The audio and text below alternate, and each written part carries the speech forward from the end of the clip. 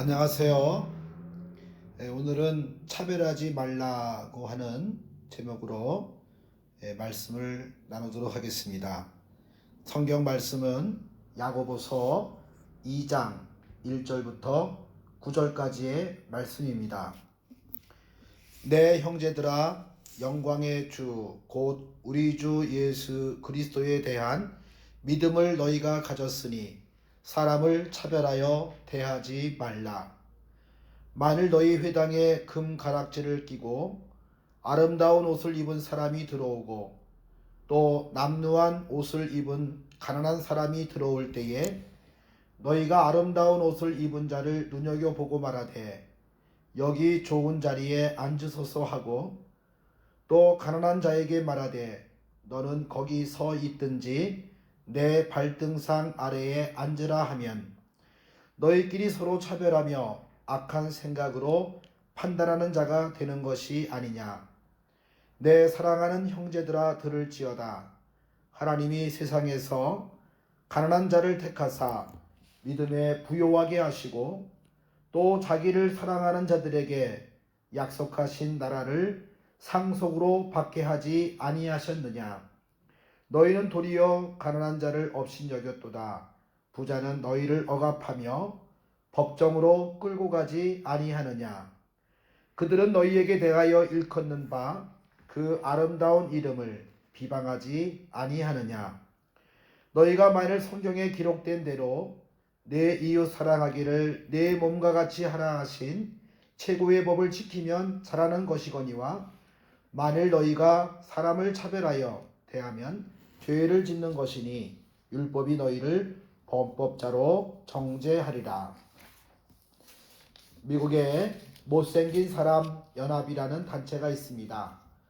자신을 못생겼다고 생각하는 사람들의 모임인 이 단체는 현대 사회가 외모로 사람을 너무 많이 차별한다고 말하고 있습니다.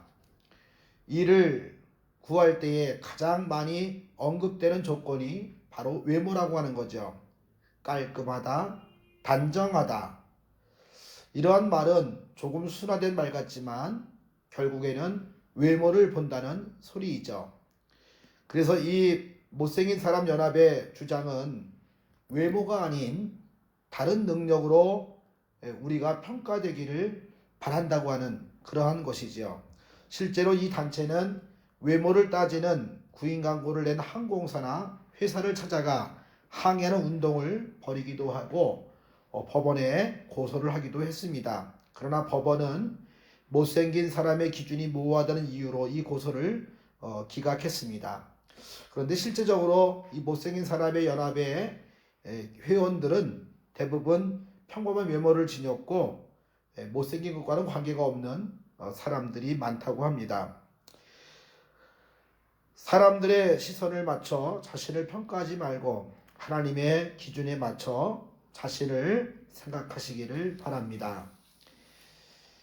우리가 하나님의 귀한 자녀라는 자존감을 갖고 살아가는 것이 중요하고 우리를 향하신 하나님의 크고 귀하신 뜻이 있음을 기억하며 살아야겠습니다. 하나님은 차별하지 않으시는 분이다 라고 하는 거예요. 하나님은 이스라엘을 구별하셔서 거룩한 백성으로 삼으시고 사랑하시고 보호하시고 인도하시는 은혜를 주시지요. 차별이라고 하는 것은 등급이 지게 나눠 가르는 것을 의미합니다. 예를 들어 인격을 배제하고 외모나 지식이나 물질이나 실력 등 외적인 것들을 얼마나 지녔는가에 따라 사람의 가치를 나누고 대우하는 그러한 것입니다. 누구든지 자신이 소속된 곳에서 차별 대우를 받는다면 말할 수 없는 스트레스를 받게 될 것입니다. 마틴 루터 킹 목사님이 흑인들이 인종차별을 당하는 것을 해결하고자 인권운동을 하게 되었습니다. 차별이라고 하는 것은 사람을 파괴하고 죽이는 것이다 라고 하는 것이죠.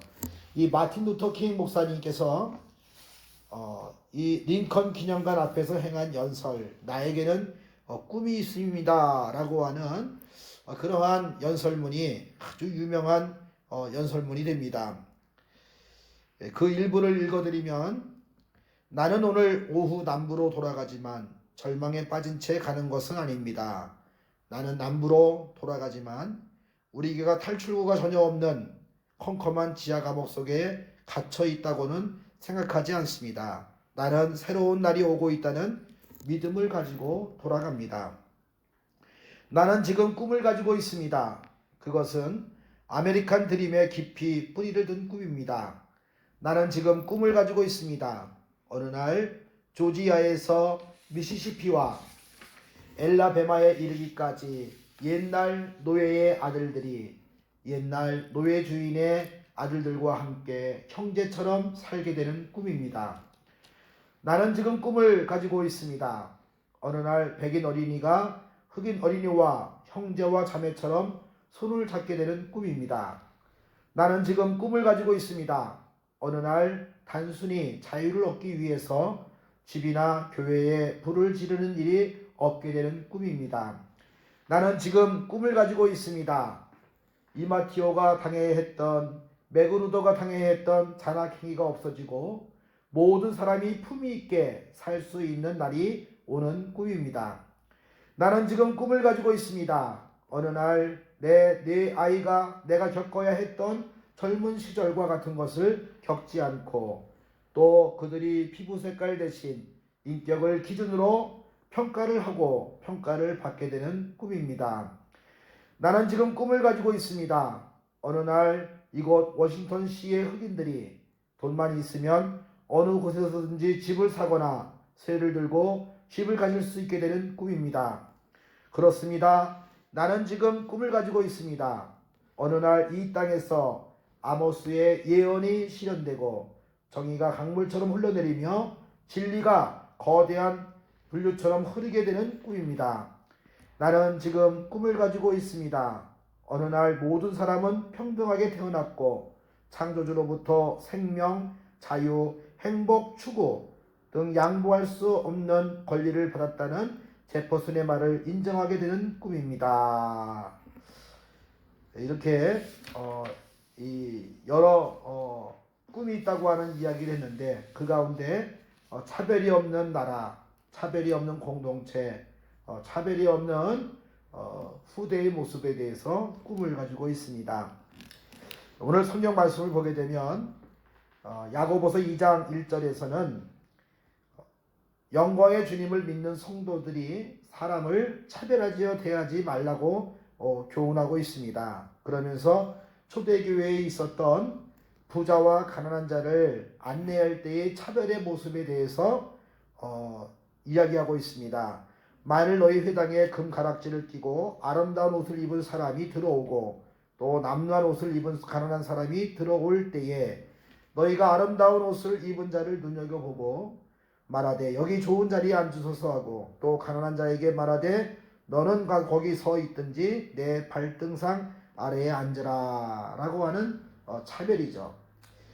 가난한 자와 부자에 대한 그러한 차별에 대한 내용이 나와 있습니다. 부자의 금가락지는 원로원이나 귀족이나 기사들이 끼고 있는 것이고 부자의 아름다운 옷은 빛나는 옷으로 금은 보석 등으로 장식된 그러한 옷을 가리키고 있습니다. 반면에 가난한 자들의 모습은 어떠할까요?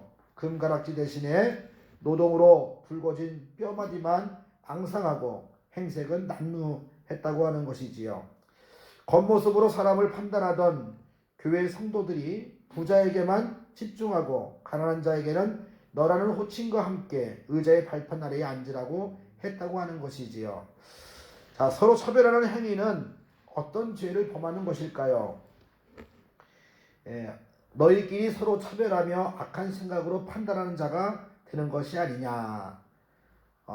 악한 생각으로 판단하는 자가 된다.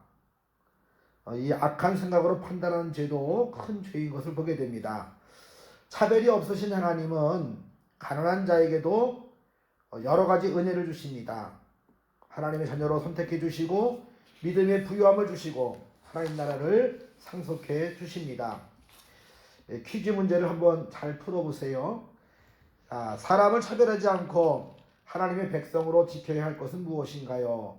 야고보서 2장 8절을 보게 되면 너희가 만일 성경에 기록된 대로 내 이웃 사랑하기를 내 몸과 같이 하라 하신 최고의 법을 지키면 잘하는 것이다 라고 말씀하고 있습니다. 주님께서 우리들을 차별하지 않으시고 우리에게 은혜를 주셨듯이 우리들도 하나님의 거룩한 백성으로서 성도들도 영광의 주님 앞에 서게 될 우리들도 다른 사람들을 차별하지 말고 우리의 몸과 같이 우리의 이웃들을 사랑하라고 하는 말씀을 해주고 있습니다. 저와 여러분들이 차별하지 않고 이웃을 내 몸처럼 사랑하는 그러한 삶이 되시기를 주의 이름으로 간절히 축원을 드립니다. 감사합니다.